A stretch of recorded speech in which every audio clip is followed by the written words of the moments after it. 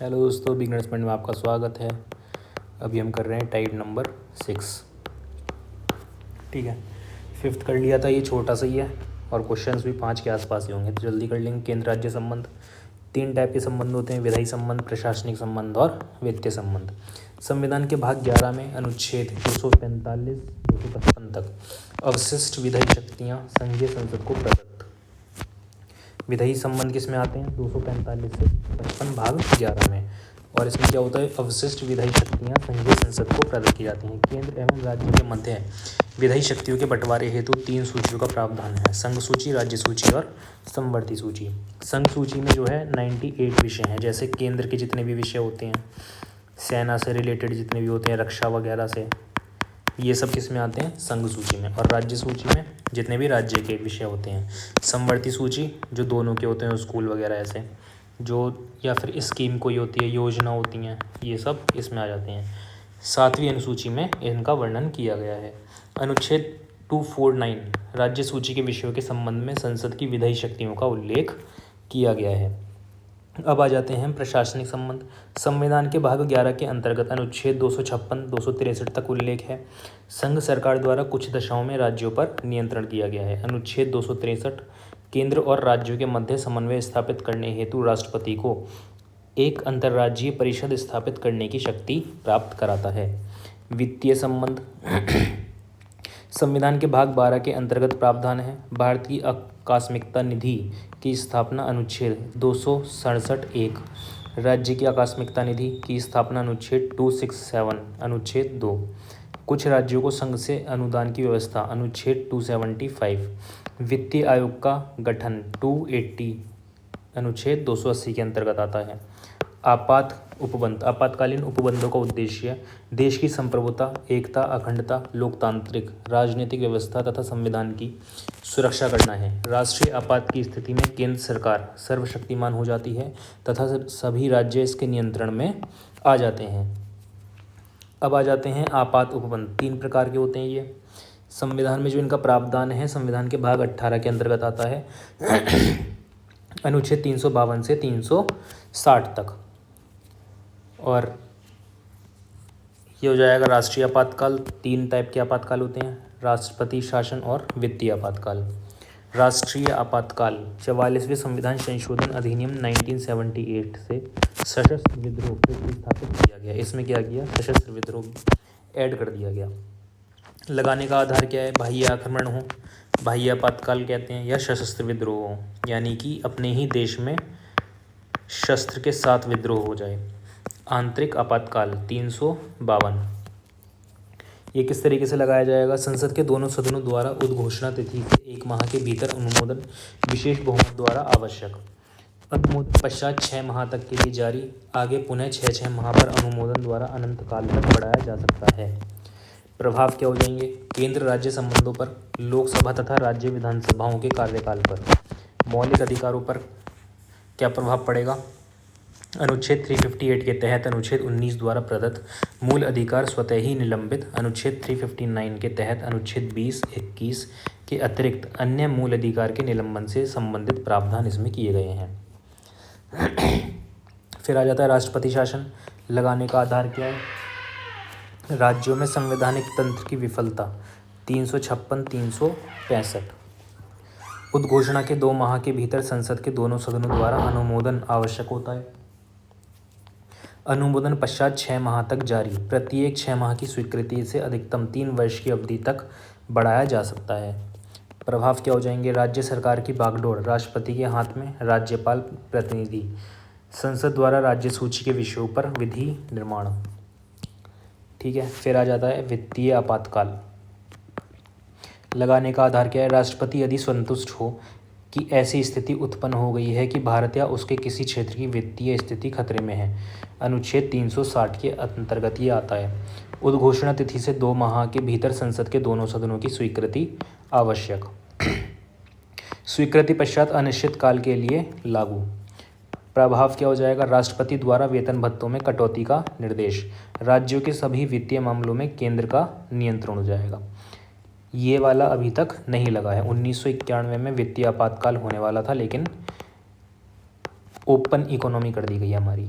पहले क्लोज थी, open economy कर दी, खुली अर्थव्यवस्था कर दी, तो फिर ये नहीं लगा। नोट किया अभी तक अनुच्छेद 352 के तहत आपातकाल 1962, 71, 75 में 3 बार लागू किया गया है। 1955 के तहत संघ का यह कर्तव्य है कि बाह्य आक्रमण और आंतरिक अशांति से प्रत्येक राज्य की रक्षा करें और प्रत्येक राज्य की सरकार का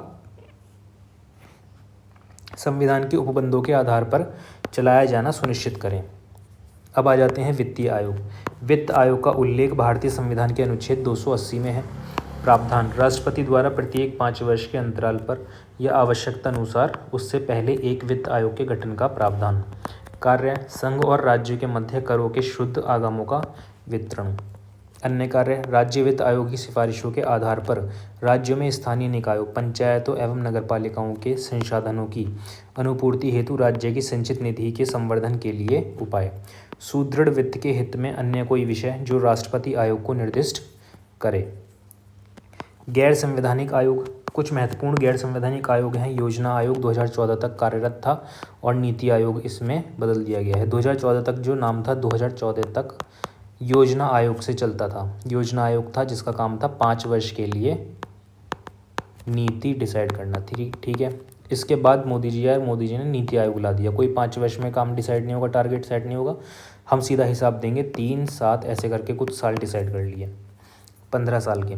योजना आयोग परिचय संविधानोत्तर संस्था, परामर्शदात्री संस्था। गठन केंद्रीय मंत्रिमंडल के एक संकल्प द्वारा। गठन तिथि 15 मार्च 1950। पदेन अध्यक्ष भारत का प्रधानमंत्री, प्रथम अध्यक्ष जवाहरलाल नेहरू, प्रथम उपाध्यक्ष गुलजारीलाल नंदा। मुख्य कार्य भारत की पंचवर्षीय योजनाओं का निर्माण। फिर आ जाते हैं नीति आयोग। 1 जनवरी 2015 योजना आयोग के स्थान पर राष्ट्रीय भारत परिवर्तन संस्था नीति आयोग का गठन। पूरा नाम नीति, national institution for transforming India. पदेन अध्यक्ष भारत का प्रधानमंत्री, उपाध्यक्ष का दर्जा भारत सरकार के कैबिनेट मंत्री के समान। सदस्य सभी राज्यों के मुख्यमंत्री व केंद्र शासित प्रदेश के प्रशासक। विशेष सहकारी संघवाद के सिद्धांत पर राष्ट्रीय विकास NDC स्थापना 6 अगस्त 1952। अध्यक्ष प्रधानमंत्री। कार्य योजनाओं को अंतिम रूप से अनुमोदित करने के साथ साथ समय समय पर योजनाओं का मूल्यांकन करती है। फिर आ जाते हैं लोकपाल। लोकपाल नाम वर्ष 1963 में ML सिंघवी द्वारा दिया गया। न्यायमूर्ति पिनाकी चंद्र घोष को भारत के लोकपाल का पहला अध्यक्ष नियुक्त किया गया था। भारतीय संदर्भ भारतीय लोकतांत्रिक व्यवस्था के अंतर्गत जन शिकायतों के निवारणार्थ ओम वुड्समैन के समकक्ष लोकपाल और लोकायुक्त अधिनियम 2013 1 जनवरी 2014 को राष्ट्रपति द्वारा स्वीकृत कर लिया गया। केंद्रीय स्तर पर लोकपाल एवं राज्यों के स्तर पर लोकायुक्त की नियुक्ति का प्रावधान इसमें किया गया। लोकपाल के अध्यक्ष एवं सदस्य के चयन हेतु समिति। अध्यक्ष कौन होगा? प्रधानमंत्री। सदस्य लोकसभा अध्यक्ष, सदस्य लोकसभा के विपक्ष का नेता और सदस्य कौन होगा? भारत के मुख्य न्यायाधीश या उसके द्वारा नामित उच्च न्यायालय का एक वर्तमान न्यायाधीश। और सदस्य कौन होगा? राष्ट्रपति द्वारा नाम निर्दिष्ट किए जाने वाला एक विख्यात विधिवेत्ता। एक अध्यक्ष और 1, 2, 3, 4 सदस्य। कितने? 4 सदस्य।